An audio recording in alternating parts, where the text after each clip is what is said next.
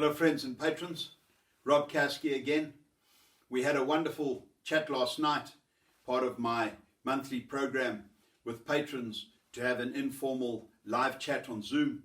It was very interesting where we spoke about some of the women's involvements in terms of the Great Trek, the Kalfoot Vrouw Monument, the Barefooted Woman Monument at the mountain pass near Sterkfontein Dam.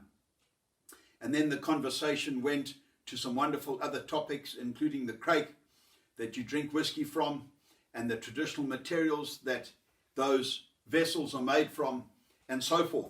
Now, this is the 10th week of telling stories about the opening phases of the Anglo-Boer War. We will return, I have no doubt, to stories about the Anglo-Boer War and what a chapter it was in South Africa's history. Perhaps the most expensive campaign the British fought between the Napoleonic Wars and World War I. But with Buller's repeated attempts to force the Tugela and get through to relieve the siege of Ladysmith, he had earned these unfortunate names of Reverse Buller and the Ferryman of the Tugela. And Buller decided now, in consultation with others, that the attempts in terms of shifting the Boers needed to change markedly. And it's funny how these stories always come back full circle. You will recall us talking about the Battle of Colenso on the 15th of December of 1899. And south of the river was a hill called Hlangwan, very close to Colenso. Buller saw the hill but never realized its significance. And it played a major role in terms of the outcome of that battle, which was a disastrous day for the British, with 1,193 casualties, never mind the Irish Brigade, who had stumbled in, led by a native guide, into that blind salient or loop of the Tugela River. Now, I've spoken previously about Redvers Buller, a man who I feel has been unfairly treated by history, particularly in his later life. You know, he was a man who acquitted himself with distinction in the Anglo-Zulu War that I specialize in speaking about. He was a man who earned a Victoria Cross at the Devil's Pass, repeatedly rushing in amongst the Zulus, driving them off with a club, his revolver or his bare fists, to give British men a chance to get onto a horse or at least to get out from amongst the Zulus and be given a chance for life. A man who had negotiated with Pete Ace the night before the battle that if either were killed, the survivor would take care of the deceased family for the rest of time. And Buller honored that arrangement to the day he died in terms of the Ace family. And a man who I feel was always a great chief executive officer, but should never have been making the final decisions, and a man who never ever wanted to fight the Boers. Sent out here at 60 years of age, a man who had perhaps succumbed a little to the luxuries of life, oysters, champagne, good food, and a man who certainly was no longer in the prime of life as he'd been here 20 years earlier during the Anglo-Zulu War of 1879.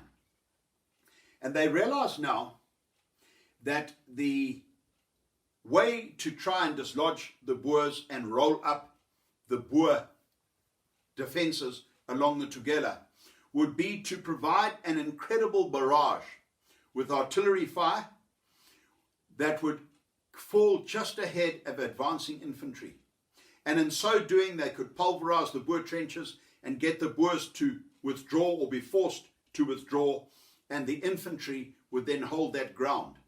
And never mind pushing the Boers back, they were planning to roll up the Boer line, indeed, from the west towards the east. Along the Tugela are some big hills of Hlangwan, Monte Cristo, indeed Chingolo, and those were the hills that Buller was hoping to take, one at a time, to establish powerful British positions on the south bank of the Tugela, get the artillery guns into position, and then begin this barrage or curtain of artillery behind which the infantry could advance. If you take a look at this map of the town of Ladysmith, it's interesting to note you will see all around it the high ground. It is surrounded by high ground. Indeed, it is down in a bowl of hills, which is why it was so crucial for the British to hold Blattrand, Wagon Hill and Caesar's Camp on the 6th of January, when the Boers tried hard to break through, and what a day's fighting that was. Well, this siege would run on for 118 days. Quite interesting to note that some of the folks in Ladysmith had been obliged to dig caverns or underground rooms in the banks of the Klip River. Firstly, they were cool. Secondly, it gave them a safe place to take cover, particularly from Boer artillery shells, because much of the town was systematically destroyed by Boer artillery shells during the course of the siege. The Boers even tried using local Zulu labor to build a dam and block off the Klip River and indeed flood the town. And I want to tell you, if you go to the remnants of that dam wall today in rocky hard ground, it is amazing the labor that was exerted to try and build a dam wall. Look at the headline here of this little newspaper cutting: horse meat and spinach for anyone. Well, when the food began to run short, indeed they were obliged to eat horses to survive. Now, when the relief of Ladysmith finally took place, 118 days after it started, on the 28th of February of 1900, it was Redvers Buller, a man who I consider a hero, a man who in his early life had a horse kick him, breaking his jaw, affecting his speech for the rest of his life, who, when the siege was finally eased and he got into Ladysmith and saw the supplies still available in Ladysmith, he saw those supplies at a feast, a banquet that was held on the night of the relief of the siege. Buller stood up and slammed his great fist into the table, looking straight at General White, and said, "White, if I knew that you and your men and the citizens of this town had these supplies available to them, I would never have spent the lives, the effort, the manpower, and the toil to try and relieve this siege." I'm going to get back to the story and some of the battles that unfolded trying to relieve that siege in due course. I hope you'll stay with me. Next month, I'm doing a road trip to the Cape. Karen and I love doing road trips. I think it's a remarkable way to reconnect with our beloved country. After the rains this year, the country's looking better than ever, with bumper crops available on all fronts. I hope that families in need who've been devastated by COVID are going to enjoy the rewards of these bumper crops rather than them being sold for top dollar to the insatiable Chinese markets.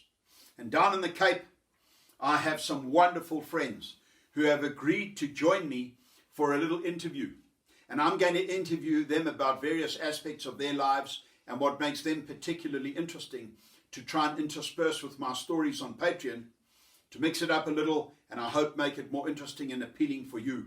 And I hope you will continue with me on this journey. Your support and ongoing endorsement is most appreciated and means the world to Karen and I. Thank you very much.